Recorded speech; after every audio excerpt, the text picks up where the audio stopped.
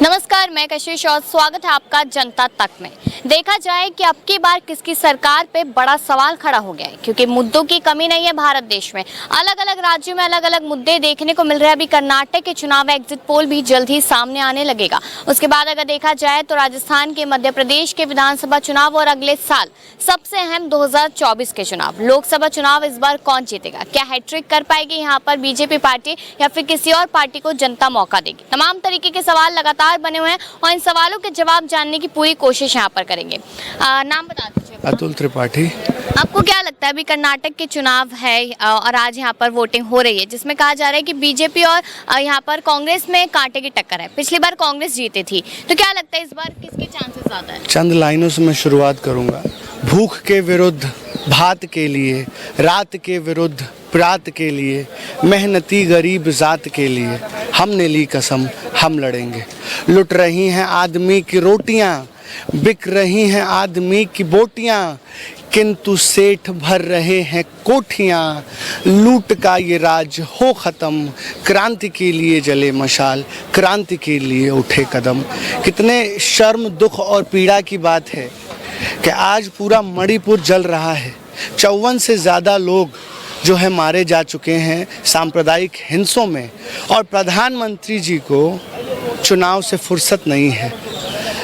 इसी तरीके से आप देख रही हैं कि किस तरीके से पहलवान बेटियां जो इस देश की आन बान शान है, वो सड़कों पर बैठी हैं, लेकिन प्रधानमंत्री को उनका कोई सुध लेने का उन्हें। आप देख रहे हो जिस तरीके से बॉर्डर पे लगातार सैनिक शहीद हो रहे हैं, प्रधानमंत्री जी एक ट्वीट तक नहीं करते हैं। ये जो संवेदनहीन प्रवृत्ति इस सरकार की दिख रही है, ये इस लोकतंत्र के लिए और आने वाले देश के भविष्य के लिए बहुत खतरनाक है, क्योंकि सिर्फ और सिर्फ उसकी ख्वाहिशों की तो कोई इम्तिहान ही न थी। वो ऊंचे ऊंचे मकामों पर बढ़ता गया, लाशों की सीढ़ियाँ चढ़ता गया। जिसे खुदा कहलाने का शौक़ था, वो मरघट का मसीहा बनता गया, मरघट का मसीहा बनता गया। आज देश को जिस तरीके से सांप्रदायिकता के आग में झोंका जा रहा है, आप समझिए इस देश में सिविल वॉर की स्थिति पैदा हो जाएगी। और प्रधानमंत्री जो कहते हैं कपड़ों से पहचानते हैं, आज मैं पूछना चाहता हूं कि देश में जो लोग हिंसा कर रहे हैं, जो धार्मिक उन्माद फैला रहे हैं, कर्नाटक में जो हिंसा कर रहे हैं, क्या प्रधानमंत्री जी आप उनको कपड़ों से पहचान पाएंगे?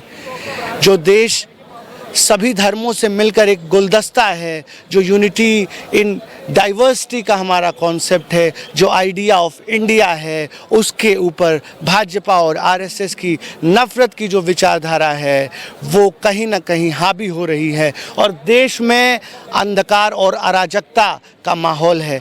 आज कर्नाटक में चुनाव है और मुझे पूर्ण विश्वास है कि कर्नाटक की जनता इस बार फिरका परस्तों के खिलाफ, कट्टरपंथी ताकतों के खिलाफ वोट करेगी। और आप देखेंगी कि 13 तारीख को किस तरीके से चुनाव परिणाम जो है वो देश के पक्ष में आएंगे। यहाँ पर प्रधानमंत्री सबका साथ सबका विकास की बात भी करते हैं, बेटी पढ़ाओ बेटी बचाओ की भी बात करते हैं, तमाम तरीके के यहाँ पर स्लोगन्स वो बोलते हैं। तो आपको क्या लगता है कि वो स्लोगन्स ही रह गए यहाँ पर, या वो बातें सच भी होती नजर आए? क्योंकि एक तरफ पहलवान यहाँ पर परेशान हो रही है लड़कियाँ, और साथ ही साथ देश का विकास नहीं हो रहा, धर्म जाति की बात की जाती। क्या लगता है उस मुद्दे को? देखिए, आज जिस तरीके से इस देश में एक महिला विरोधी संकीर्ण मानसिकता का राष्ट्रीय स्तर पर उदय हो रहा है, बहन, ये खतरनाक है। ये आपके लिए भी खतरनाक है, मेरी बहनों के लिए भी खतरनाक है, और करोड़ों करोड़ महिलाओं के लिए खतरनाक है।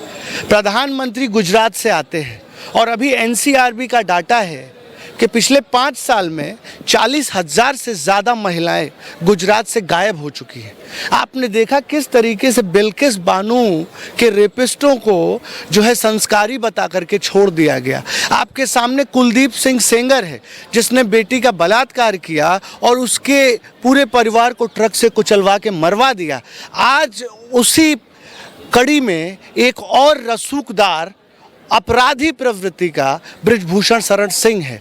ऐसा क्यों है कि हर बार जब बेटी के साथ अत्याचार होता है, यौन शोषण होता है, बलात्कार होता है, तो उसमें भाजपा की विचारधारा के लोग क्यों जो है पाए जाते हैं और पूरी भाजपा, पूरा आरएसएस उनको पूरी तरीके से लामबंद होकर के बचाने का काम करता है। आज कितने शर्म की बात है कि बृजभूषण शरण सिंह के इस्तीफा लेने के बजाय, उसको बर्खास्त करने के बजाय, उसको जेल में भेजने के बजाय पूरा प्रधानमंत्री जी से लेकर पूरा भाजपा उसको बचाने में लगी है। ये शर्मनाक है और इनके बेटी बचाओ बेटी पढ़ाओ नारे पर एक जोरदार तमाचा है।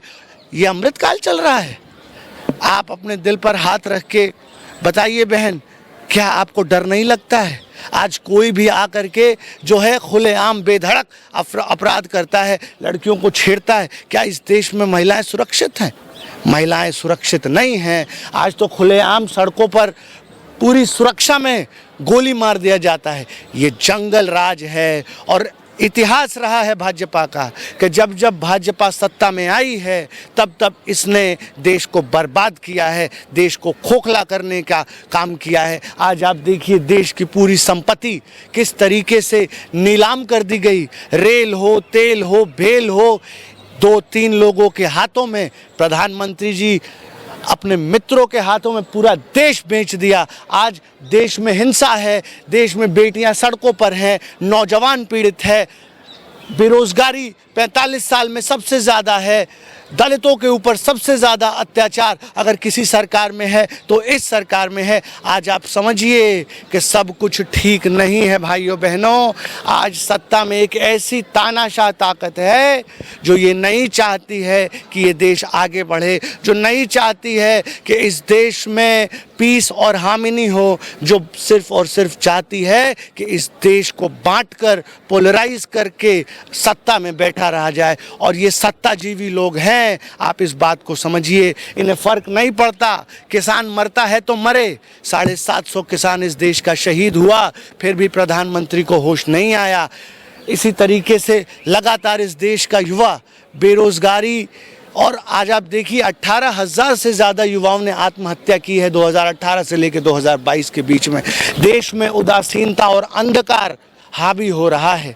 जो प्रधानमंत्री कहते थे कि अच्छे दिन आएंगे, सबको नौकरी मिलेगी, आज स्थिति ये है कि इस देश में हर दूसरा व्यक्ति बेरोजगार है, पीड़ित है। हर वर्ग, चाहे वो फाइनेंस हो, चाहे वो इकोनॉमी हो, हमारी इकोनॉमी लगातार गिर रही है। हम बांग्लादेश से भी नीचे ग्रो कर रहे हैं। ये शर्म की बात है। और अब अगर इस देश की जनता नहीं जागी और 24 में निर्णय नहीं लिया तो आप ये समझ जाइएगा कि आने वाला समय गुलामी और अंधकार का होने वाला है। यानी कि अगर देखा जाए तो कहीं ना कहीं जनता के पास मौका है कि 2024 में अपने लिए स्टैंड करें, यहाँ पर सरकार में बदलाव करें, तभी कुछ हो पाएगा यहाँ पर। क्योंकि कांग्रेस का समय तो सबने देखा, बीजेपी का भी देख लिया। तो क्या लगता है कि क्या होने वाला है फिर 24 में? देखिए 24 में हम रणनीति बना रहे हैं। पूरा विपक्ष बहुत तगड़े तरीके से मजबूत हो रहा है और अब हम माइक्रो लेवल पे चुनाव लड़ेंगे। अभी तक जो हमारे बीच में फूट थी, बाढ़ था, हितों का टकराव था, उन सब से इतर हम जो है एक नई रणनीति के तहत रीजनल पार्टीज़ को पूरा आगे लेकर के आ रहे हैं। हर स्टेट में, बिहार की बात हो तो आरजेडी है, लालू नीतीश जी को हम आगे लेकर के आएंगे, अखिलेश जी को उत्तर प्रदेश में, इसी तरीके के साउथ की जो रीजनल पार्टीज़ हैं। और आप देखेंगी कि बहुत ज़बरदस्त तरीके से, क्योंकि एक बहुत तगड़ा अंडर करंट है भाजपा के खिलाफ। और कर्नाटक के चुनाव में आपको समझ में आ जाएगा, पूरा खरीदने के लिए पूरा तंत्र लगा दिया, पूरी ब्यूरोक्रेसी लगा दी है कर्नाटक में कि चुनाव को डिस्टेबलाइज किया जा सके, चुनावों में जो है गड़बड़ी की जा सके। लेकिन धन्य है इस देश की जनता जो पूरे तरीके से भाजपा की बांटने वाली नीति को एक्सपोज कर रही है। और आप देखेंगे कि कर्नाटक इस देश में आने वाले बदलाव का सबसे बड़ा गवाह बनेगा।